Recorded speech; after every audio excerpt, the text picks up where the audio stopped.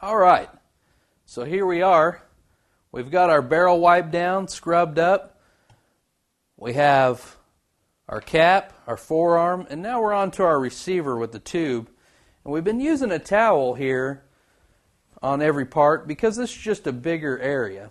And so I'm going to wipe down, I'm going to start with the receiver here, and I'm just going to take my left hand and grab the shotgun through the towel. And I'm just going to set the butt of the shotgun on my leg, and I'm just going to wipe this receiver real good.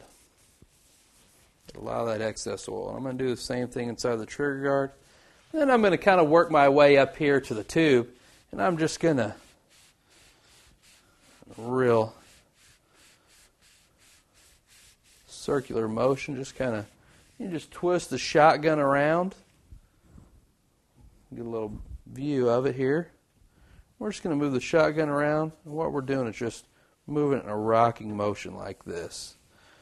And what we're going to do is we're going to pay a little bit of close attention up here to the threads.